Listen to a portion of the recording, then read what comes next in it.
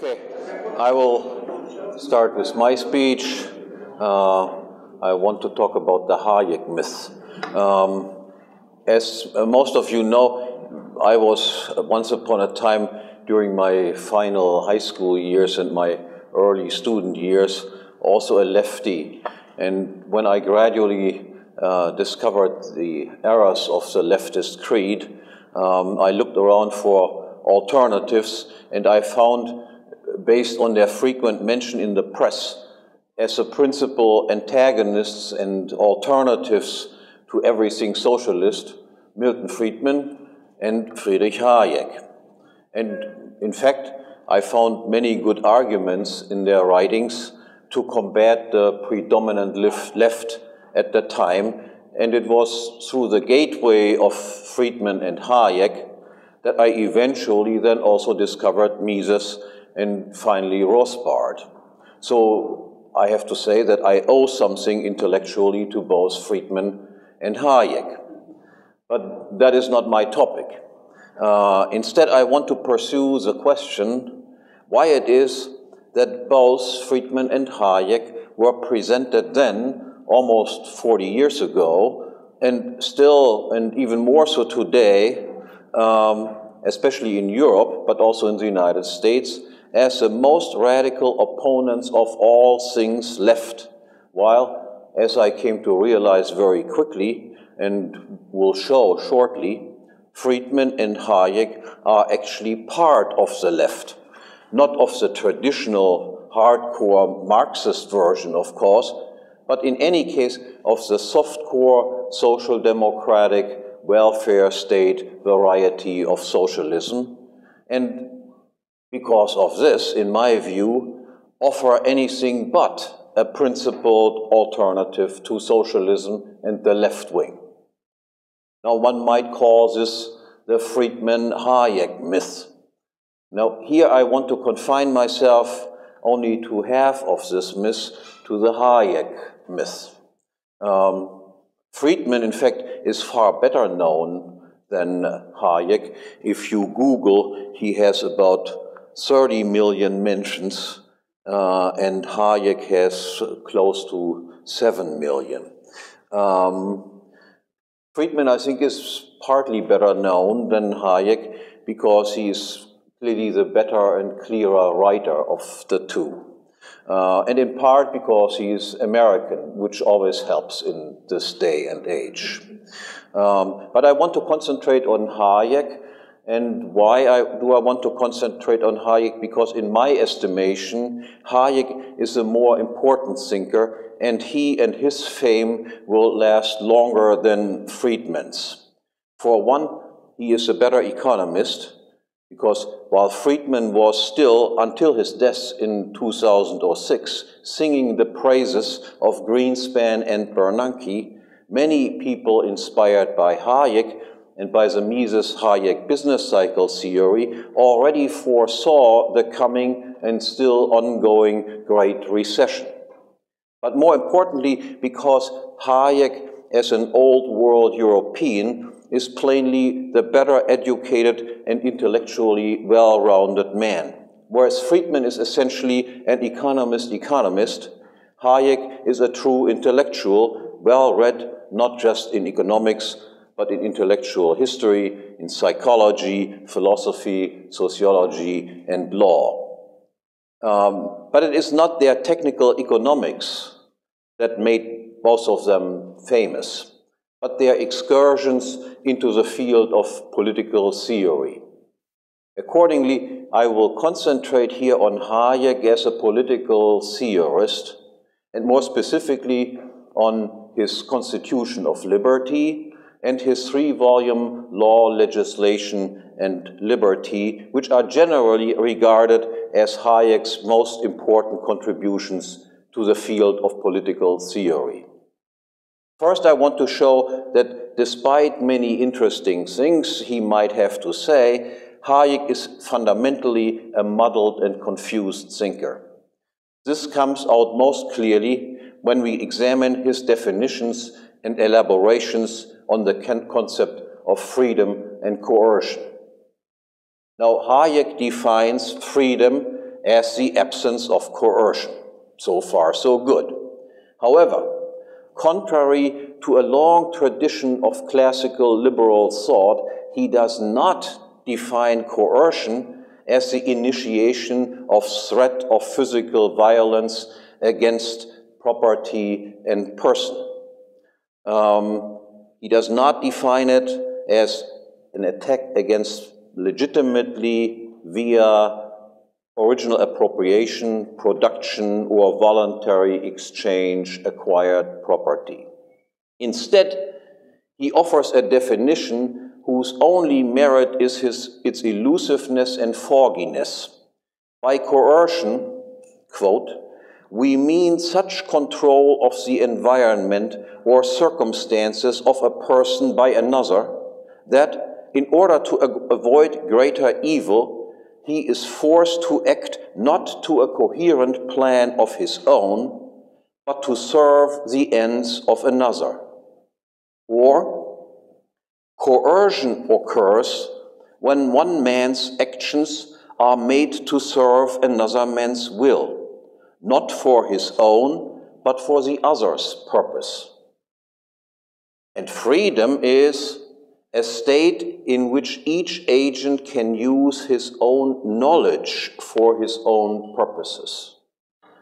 Now, what you immediately note in this definition of freedom and freedom of coercion is this. This definition does not contain anything regarding actions, scarce goods, and property. Rather, coercion refers to a specific configuration of subjective wills, or plans, or conflicting plans, or thoughts, or conflicting thoughts, and expectations.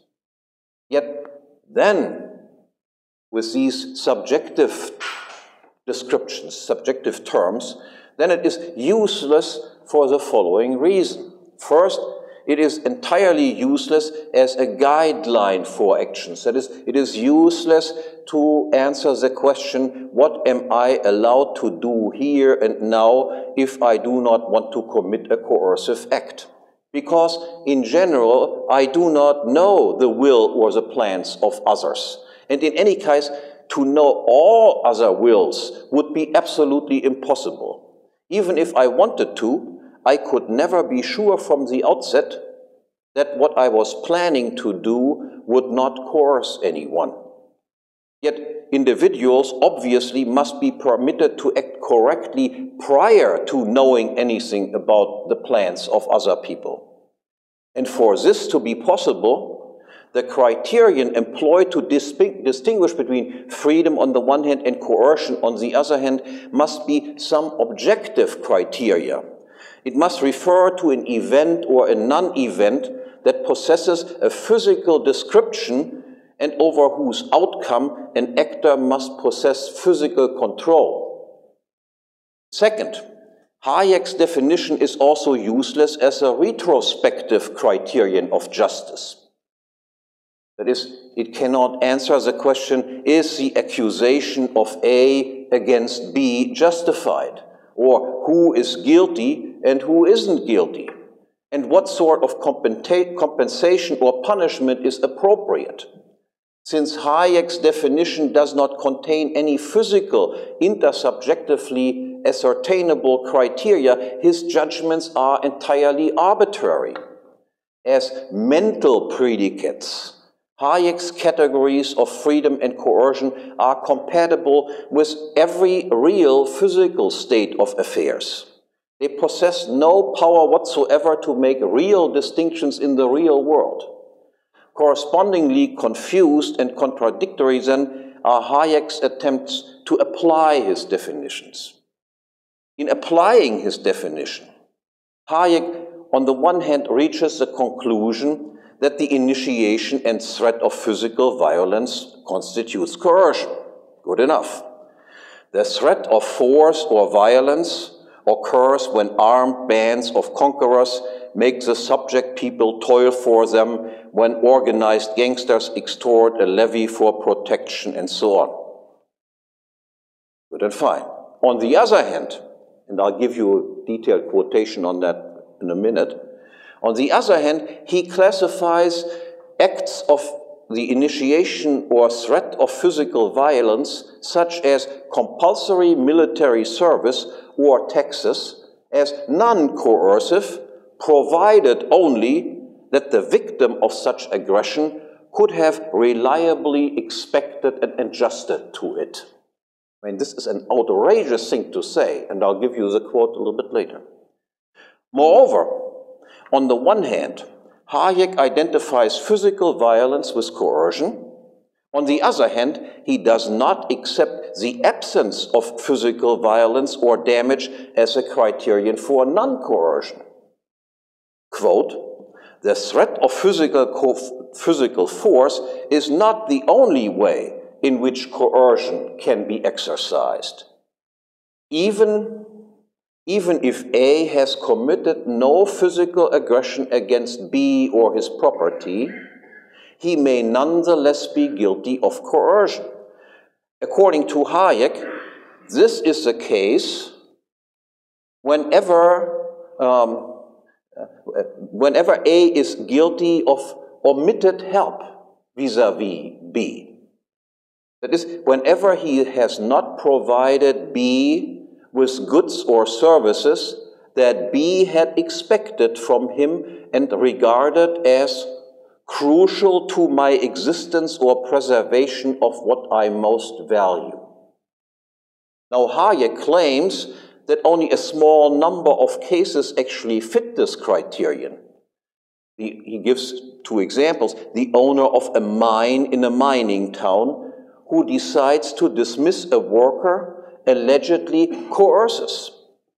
And likewise, it is supposed to be coercive if the owner of the sole water supply in a desert is unwilling to sell his water, or if he refuses to sell it at the price that the others deem fair. Now, it should be obvious that it requires little imagination to recognize that Hayek's criterion is in fact all-encompassing. Any peaceful action a person may perform can be interpreted by others, indeed by any number of others, as constituting coercion, because every activity is at the same time always the omission of innumerable alternative activities that he could have performed, and every omission becomes coercion if a single person claims that the execution of what he has not done, the execution of the omission, was crucial to the preservation of what I most value. Whenever cases of both omitted help and physical violence are categorically defined as coercion, however, then obviously inescapable contradictions must arise. If A's omission constitutes coercion toward B, then obviously B must possess the right to defend himself against A's coercion. Yet B's only defense would be that he could employ physical violence against A, who has omitted doing certain things. But then acts of physical violence could no longer be classified as coercion. Rather, physical violence would then be defense. And in this case, coercion would be the peaceful refusal to engage in an exchange, and it would be also coercion if somebody attempted to defend himself against an enforced, violently imposed exchange on him.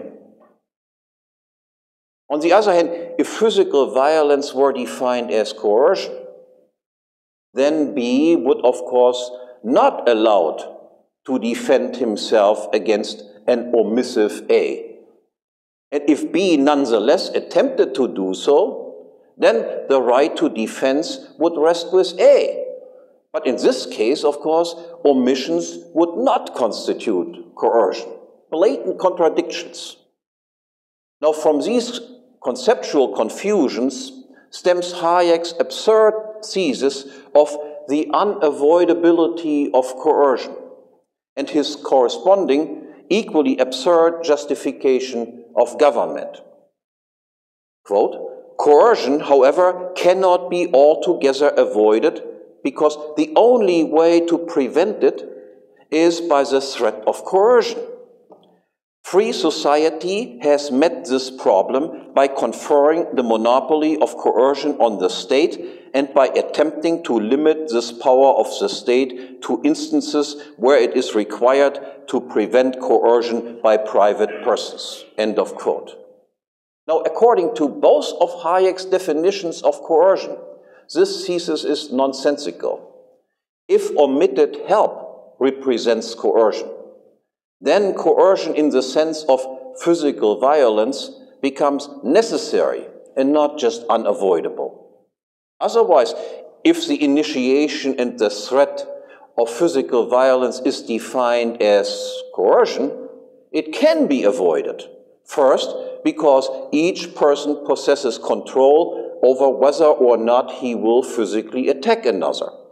And second, because every person is entitled to defend himself with all his means against another's physical attack.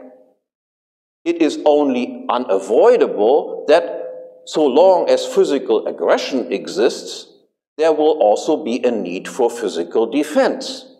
Yet, the unavoidability of defensive violence has nothing to do with the alleged unavoidability of coercion, unless one confuses the categorical difference between attack and defense, and asserted that the threat of defending oneself in the event of an attack is the same kind of thing as the threat of attacking.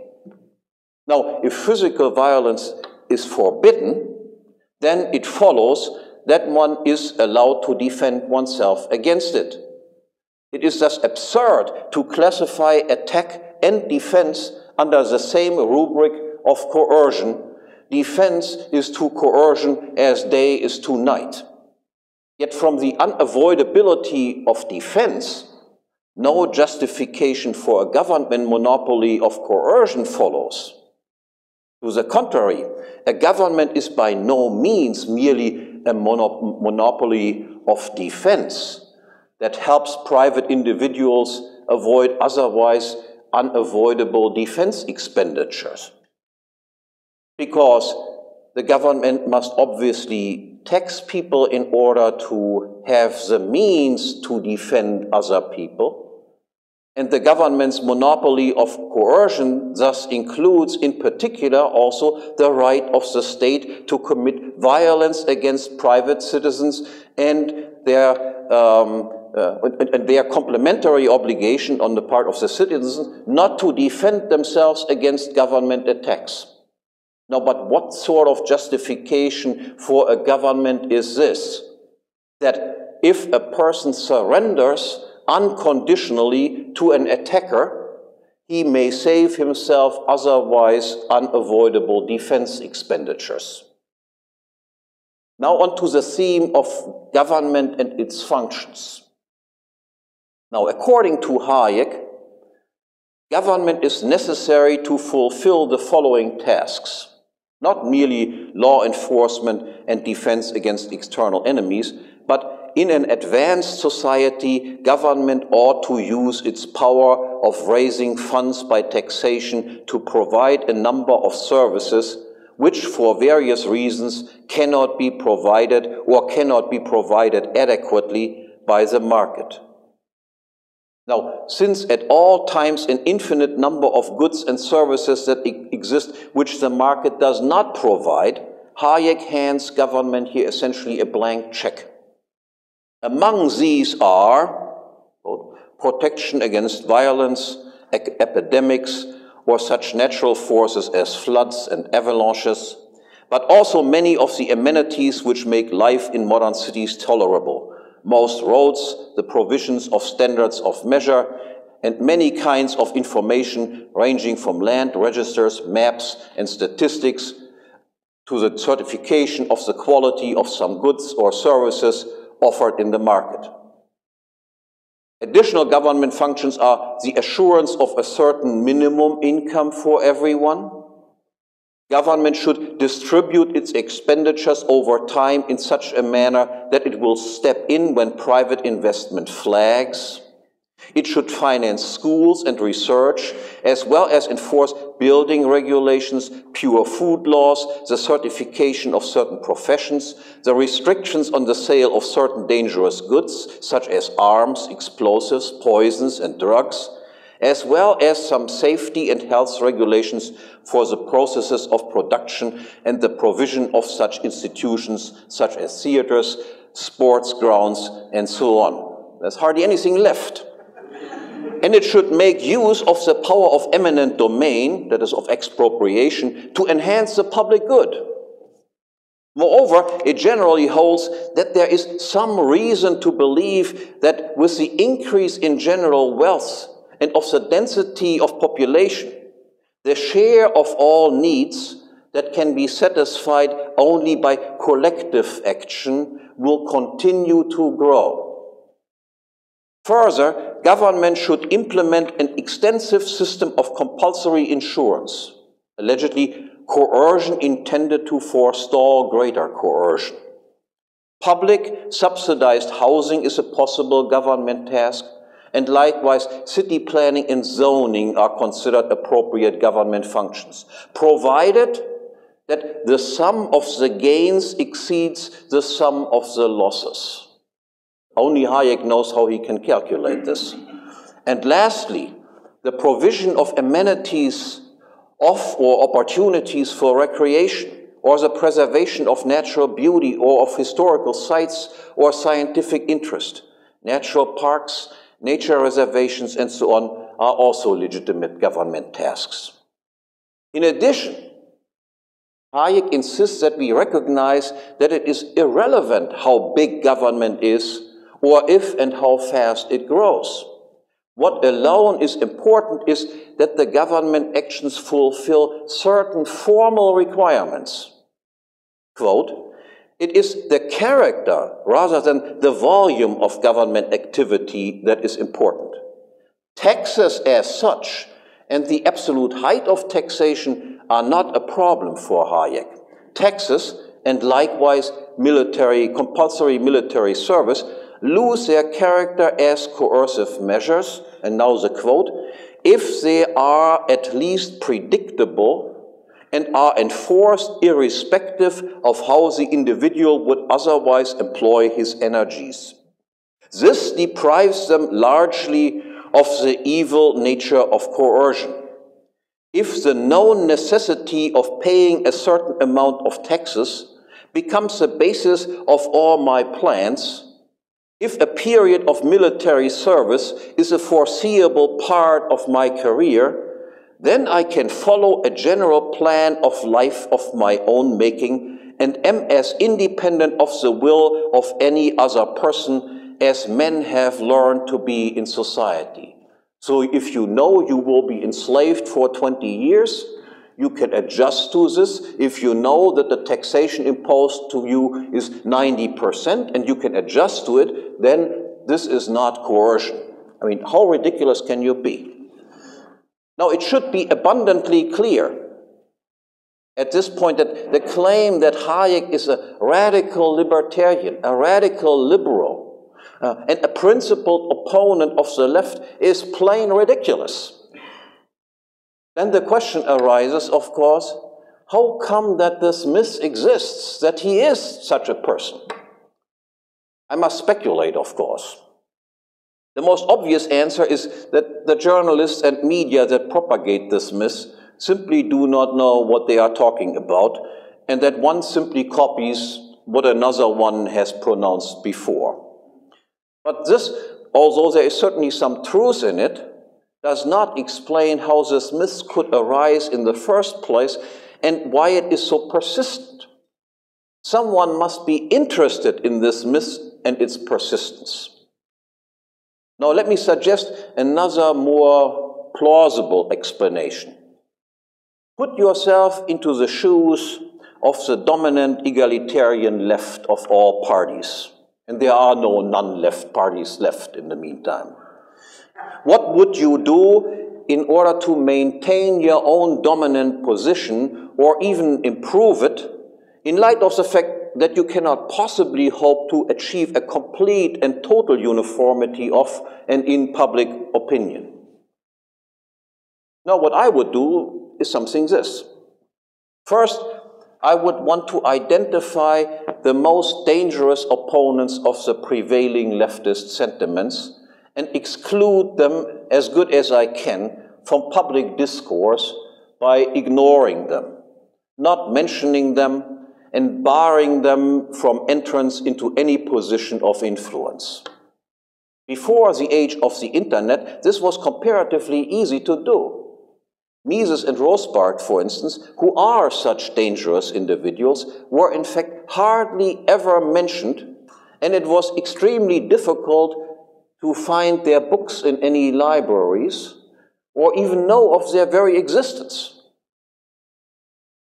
Second, I would want to delineate the range of legitimate, polite, and civilized discourse by identifying some prominent individuals that I can present as dangerous foes, but that are in fact muddled and unprincipled enough to easily debate them and have them entangled in constant contradictions and concessions to my own leftist programmatic goals.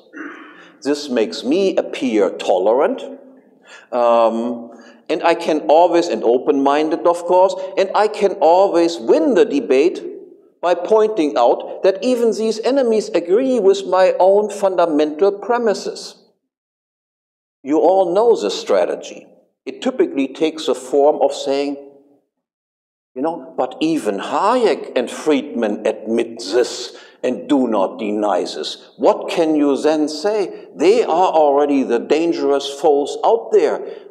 More is absolutely impossible. And as for these so-called enemies themselves, all the while they are appointed by the predominant left as the officially approved opponents of the ruling left, as the enemies the left loves to hate. They themselves gain tremendously in prominence and respectability and become themselves part of the establishment, with access not only to the mainstream media, but to the highest ranks of state power. I'll give you just some keywords: Hayek and Friedman and Margaret Thatcher and Ronald Reagan. And another keyword, Helmut Schmidt at Hayek's 80th birthday. Helmut Schmidt, Social Democratic Chancellor of Germany at the time, wrote him a telegram saying, "We are all Hayekians now." And he meant it. He was. Now, these people then become welcome guests at all sorts of official meetings and conferences. And indeed, if you look at meetings of Hayekians and Friedmans nowadays, they are regularly sponsored or co-sponsored by various governmental organs and functionaries. They are government organizations that feature these people. And they and their followers repay the favor done them by the left in participating in the exclusionary practice vis-à-vis the real, genuine, dangerous enemies of the prevailing leftist public opinion.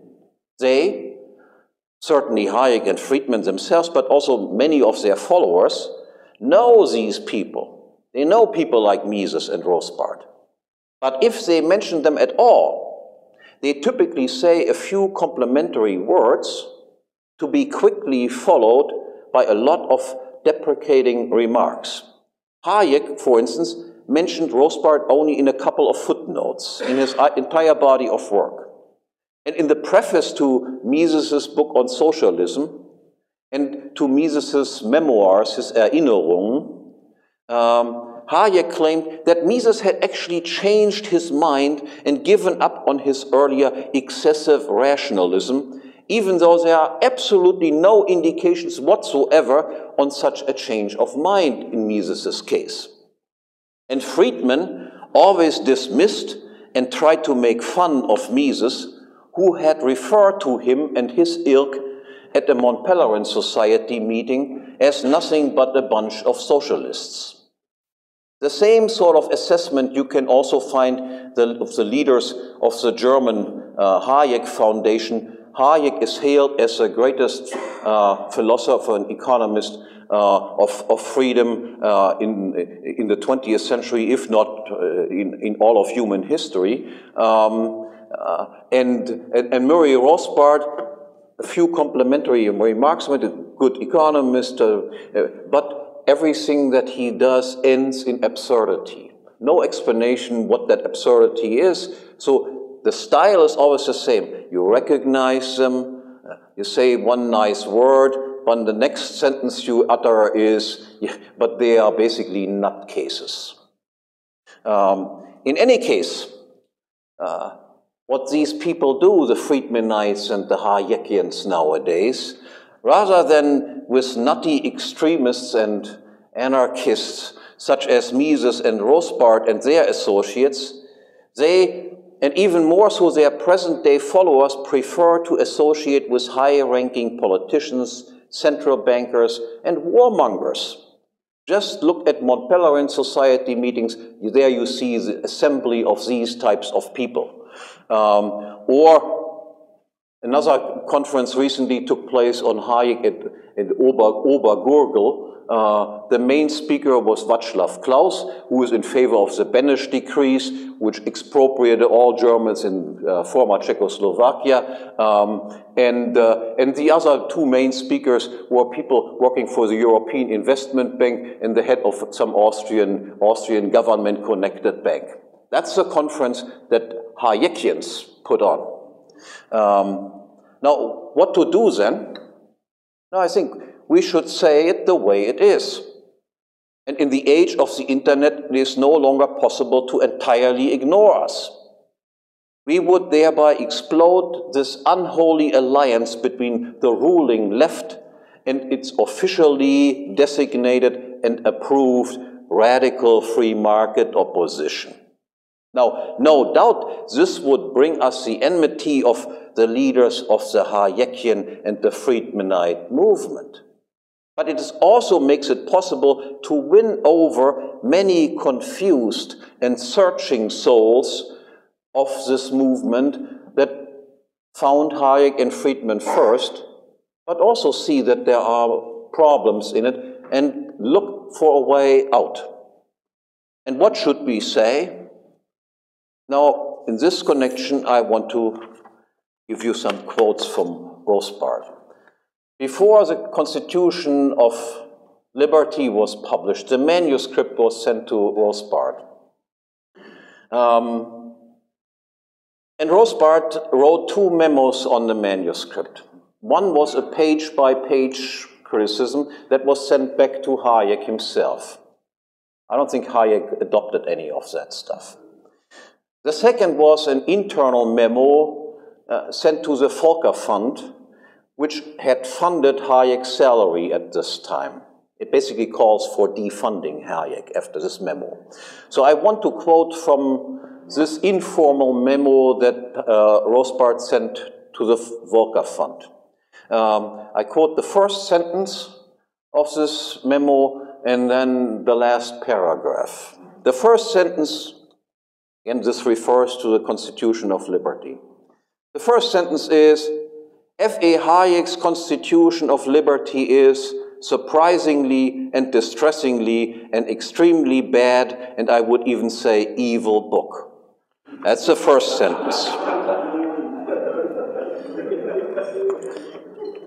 Now the last paragraph. There he says, this then is the face that F.A. Hayek will present to the world in his Constitution of Liberty. It is a face such that, if I were a young man first getting interested in political questions, and I should read this as the very best product of the extreme right, Murray always refers to the libertarian movement as extreme right here, of the extreme right, I would become a roaring leftist in no time. And so I believe would almost anyone. That is why I consider this such a dangerous book, and why I believe that right-wingers should attack this book with great vigor when it appears, instead of what I'm sure they will do, applaud it like so many trained seals. First, Hayek attacks laissez-faire and attacks or ignores the true libertarians, thus setting up the even Hayek admits line. And second, his argument is based on a deprecation or dismissal of both reason and justice, so that anyone interested in reason or justice would tend to oppose the whole book. And because of Hayek's great prominence in the intellectual world, any failure by extreme right-wingers to attack the book with the implacable vigor which it deserves will inordinately harm the right-wing cause that we all hold dear. And the same also applies to Friedman. I have spared my time. I think Friedman's case is even worse than the case of Hayek's. Thank you very much.